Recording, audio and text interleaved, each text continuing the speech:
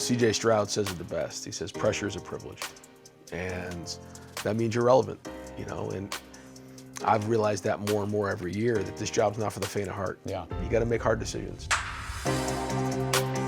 Most influential people in the sport talking about the sport globally.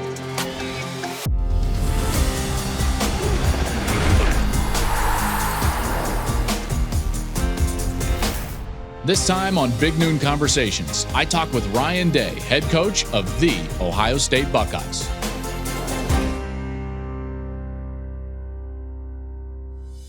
All right, we're joined by the head coach of the Buckeyes, Ryan Day. Coach, appreciate your time, first of all, man. And you welcome us into your office. This is beautiful in here. Yeah, it's we redid it a few years ago, and yeah, it's a good place because we have our desk over here, but then kind of a living room feel for the guys in this area. You bet. Okay, it leads me to and I've asked everyone I've sat with this question. Start off with, what is the best part about being the head coach at Ohio State? I think it's the platform and the opportunity to change people's lives. First off, the players that we have in the building, the coaching staff, but also the community, Buckeye Nation. We have the #1 fan base in America, and so just the influence that you have, and the people that you can help along the way. And we all know we have to win games. That's part of it. But when it's all said and done, it's about the impact that you're having on people. You and I talk a lot about the expectations here. I used to talk about it with Coach Meyer. The expectation is to win every game, right? Every single one you play. Knowing you as well as I do, I'm sure that you love the expectations because of your competitiveness, and it's probably part of the biggest challenge of being here. Is that correct? Yeah, I'd say so. CJ Stroud says it the best. He says pressure is a privilege, and that means you're relevant. And that's kind of the way I've always lived my life, is that you want it all on the line, and it is on the line every week here. It's on the line every day here. That's just how it goes. And so we bring in guys who want it that way. We bring in players that want it that way because we know how much it means to so many people in the state of Ohio. And so every year you identify the things that you got to enhance. Every year you learn from the year before, and then you the things you have to tweak and change, that you got to do that. And I think I've realized that more and more every year, that this job's not for the faint of heart. Yeah. You got to make hard decisions. And for somebody who takes relationships very, very serious, and you got to make some hard calls. But there's a lot riding on it, and you got to make those hard calls. You put it to me one time a few years ago. We were talking about not only adjustments midweek, but also off season, because you just to your point, you have to evaluate, and you talked about your evaluation process being, is it the coaches, is it the scheme, or is it the players? Yep. And you've got to address it. Once you find where is it, then you have to address it. So you made a giant decision. You're one of the best play callers that I've ever been around, and you decided to step away from that role and bring in an offensive coordinator. Before we talk about who you brought in, right, take me through the decision to step away from play calling duties. One of the other challenges at Ohio State is you're constantly chasing this 1 or 2%. In the last couple of years, it's been a drive or it's been a play. And you got to identify the things that are working really well and enhance those. But then, identifying and being accurate about the things that you need to improve, and then being self-aware enough to make those decisions. And I think as you move up, you got to give up, and that wasn't easy for me. But I feel like the time is right now. With the transfer portal, with NIL, there's more and more energy and time that needs to be focused on the players and in those areas. And I also think that it's going to allow me the opportunity to be more present with the team, especially later in the season.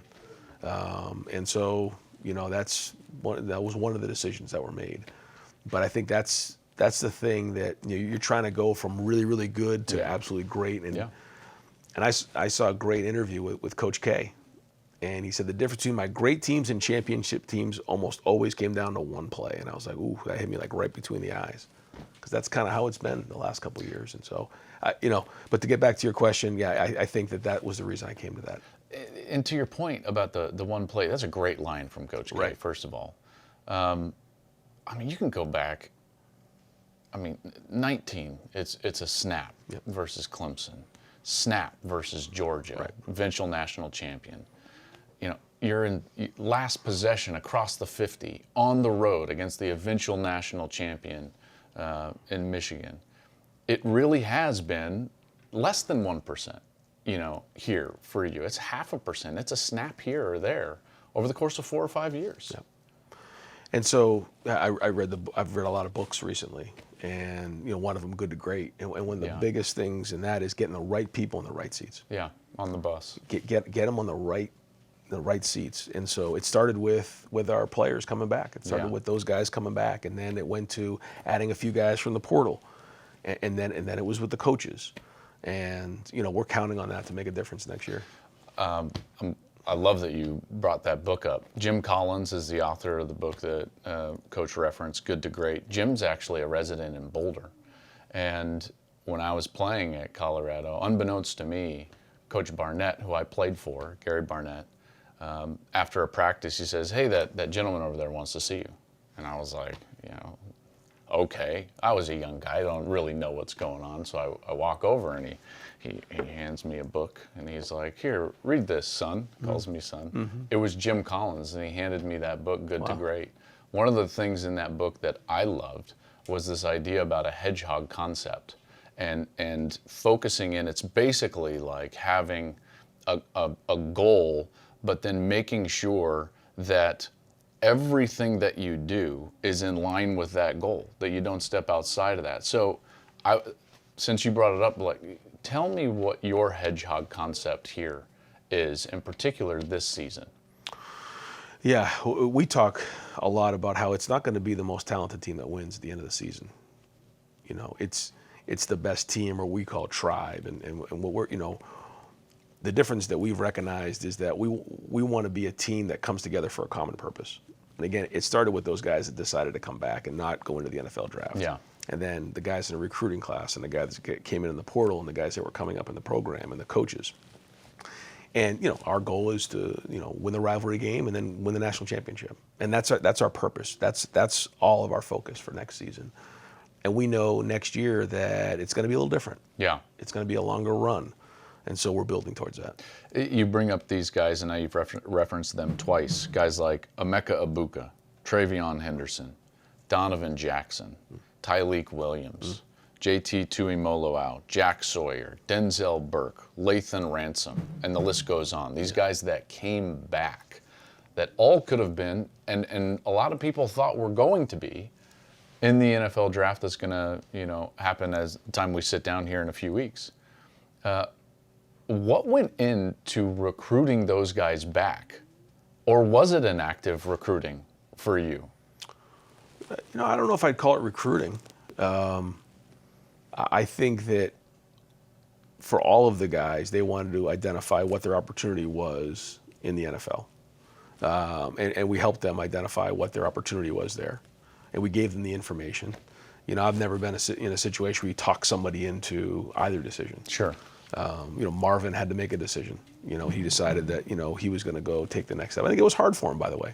You know. Really? Yeah, I mean, not to put his stuff out there, but I mean, nobody's been in the building more than him the last month. Yeah. You know, and I think CJ would tell you that it was hard for him to leave after 3 years. But we've had such talented guys that have left after 3 years, but we've been young. Yeah. And so for these guys that decided to come back, and it started, Cody Simon jumped in, and then Jack Sawyer jumped in, and then you know, I think some of those guys were really on the edge, and then I think they all got together as a group and said, and ultimately that's what we're hoping for, that they're coming together for a common purpose. Yeah. They're not just coming to Ohio State, you know, for the NIL opportunities, or for, you know, to you know, when you come here to, you know, get the notoriety or whatever it might be.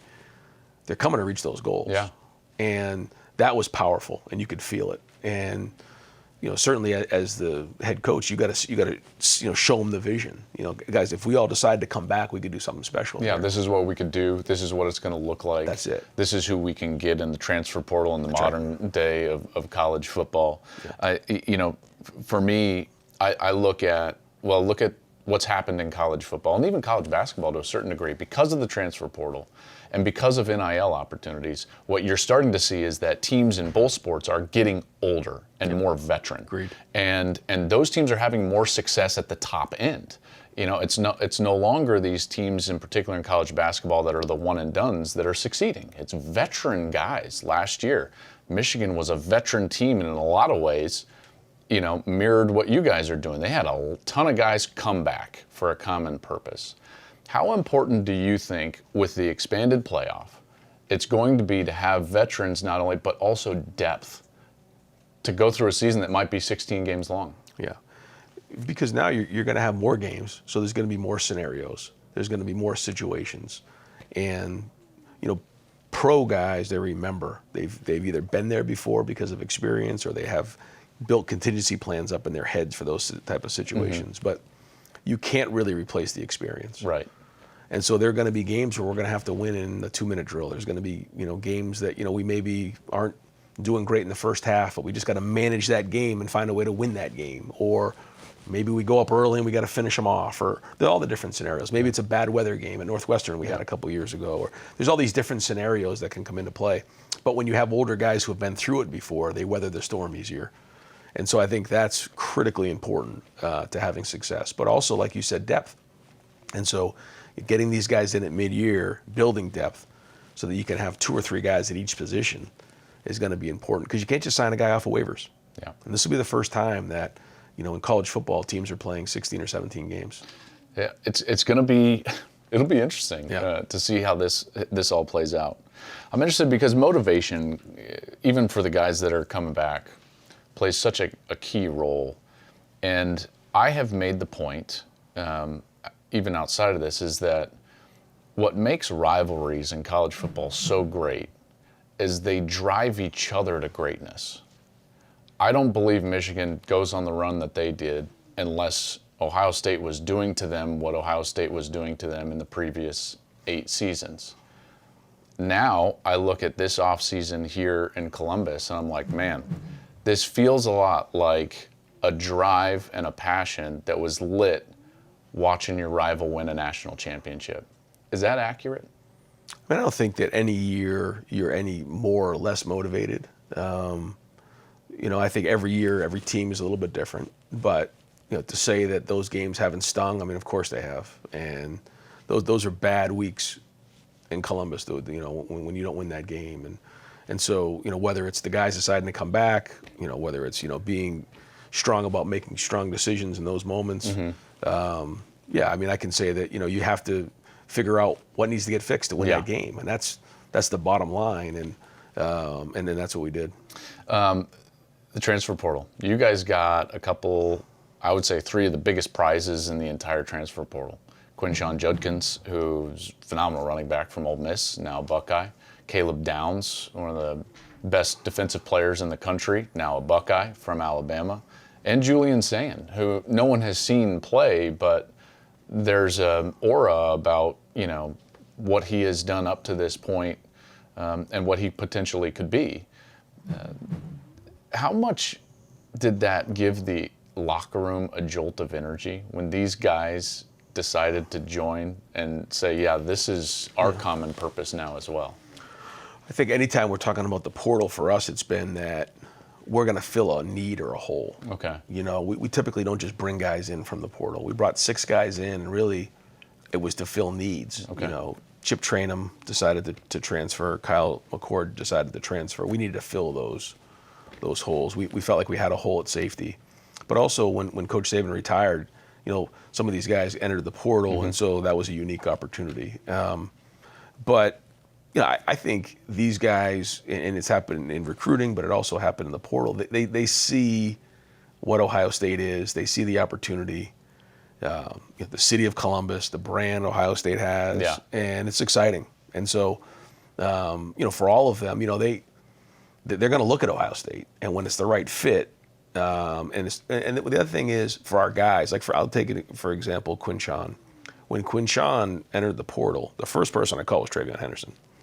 I said, Trey, you got to give me some feedback on this. And he said, Coach, can I call you back the next day? I said, yeah, sure. He called me right back, said, Coach, if it's best for the team, let's do it. I'm good. And then I talked to Quinn Shaw. I said, Trey's not going to the NFL. I said, he's going to be there. He says, great. And they've gotten along great. They wanted to be a 1-2, combination. Sure. So like that has to be the right fit there. If it doesn't fit, it doesn't work, because the team and the culture is most important. So I think that was a great example of how you have to make sure you bring the right people in and the right fit. Yeah. I thought maybe one of the arguments for a guy that was playing down in the SEC was like, hey, you come up here, you can get a nickname from Gus.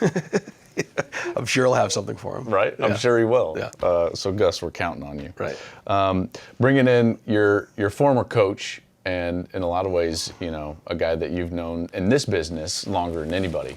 Chip Kelly is your new offensive coordinator. It's such a unique time. Mm-hmm. He leaves a head coaching position to come here to be your offensive coordinator. How did that come about? Well, when the decision was made to hire an offensive coordinator, I had an A list, a B list, and then kind of a C list, and Chip was on the A list. Mm-hmm. So was Bill O'Brien, and the timing wasn't right. I kind of reached out to Chip and said, hey, I know this is kind of a crazy idea, but what do you think? And I don't think it was easy for him. I think there was a lot going on. He's got his team, he's got his staff, and so there's just a lot going on there. But he did share with me that he was able to coach the quarterbacks in the bowl game, and I think it rekindled that love for just coaching football. Yeah, being in the room. Yeah, being in the room, just coaching ball, and so that really fired him up. And it had been a while since he had done that, like a long time. And so I thought maybe we had a chance, but the timing wasn't right, and we had to make a decision because of recruiting, and so it was great to have an opportunity to hire Bill.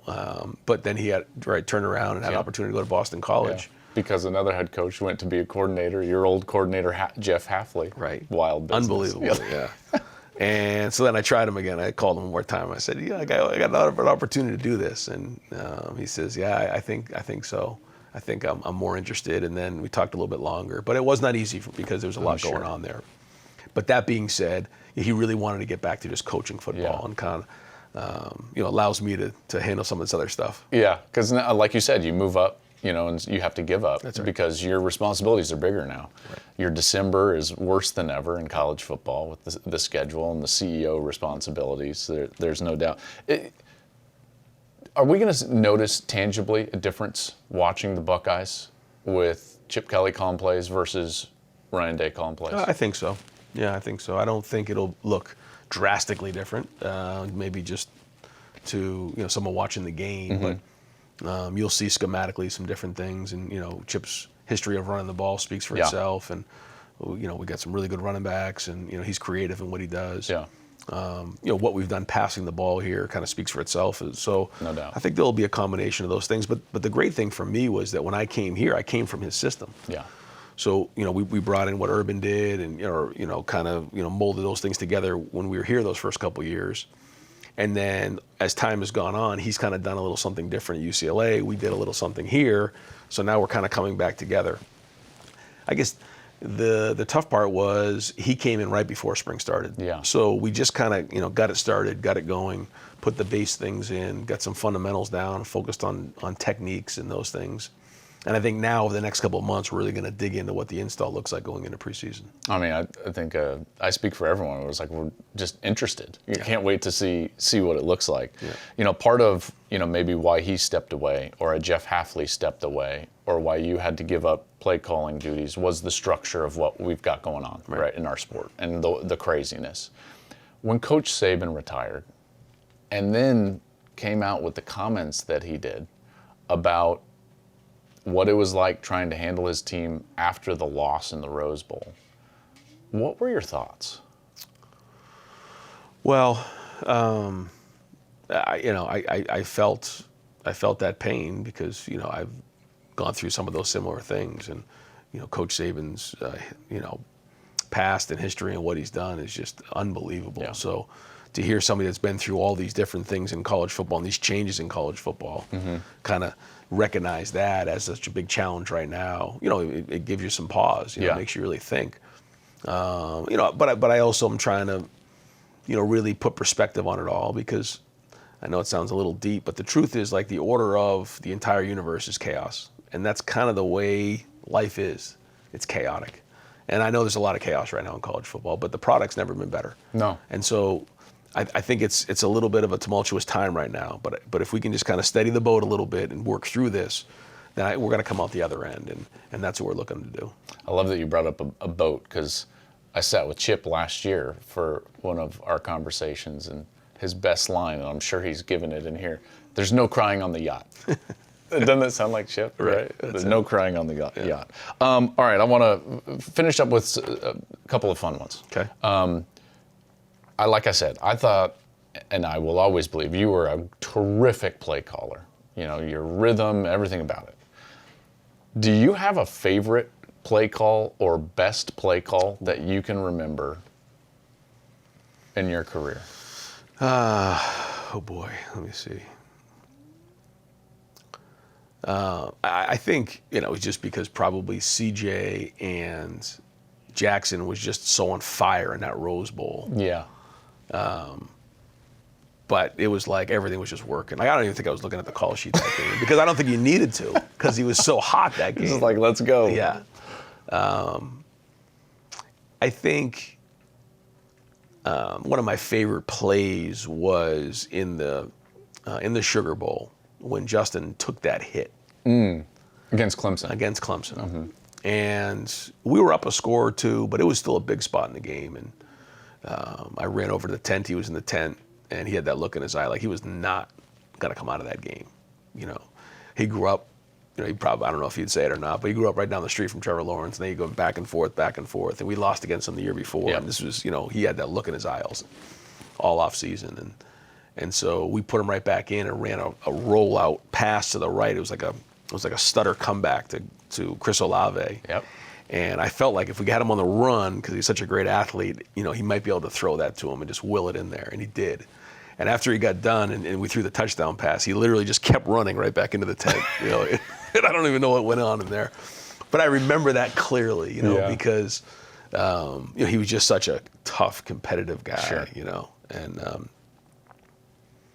And I think back on Dwayne's year and the rivalry game that year and some of the stuff that went on in that game. Yeah. I was going to say, because I have one that I thought. Yeah. I've watched every play that you've called. We've joked about this. Yeah. You were killing them with crossing routes, and this is 2018 against Michigan with Dwayne, and you're killing them with crossing routes, and your speed was. And they were trying to rock the safeties. So basically they have a single safety, and they were trying to run him down to the crosser across the field, and then this guy was going back to the middle. Yep. You did it a couple of times, and they're trying to rock him down there, and you're killing them. And so you run it again, and I believe it was Terry, but I could be mistaken. KJ Hill. It was KJ Hill. Slams on the brakes and runs like a stop and back out, and they still rocked the safeties. You threw it to KJ Hill, and he ran down the rail for a touchdown. And I was sitting in the booth, and I was just like, man, that was a great play call. And that wasn't in the game plan. It wasn't? No, because most teams usually won't cut it post-snap. They were doing that. And so we just called the same play, but we called it pivot as opposed to the mesh play. Yeah. And I give those guys a lot of credit because they were able to put it on the field without really practicing that week. But yeah, that was a good feeling there. My man. Feeling, yeah. I appreciate your time. Thank you very much. Always appreciate it. And we'll be around. We'll be in the booth. All right, man, great Thanks, to see you. Coach. Yeah, thanks.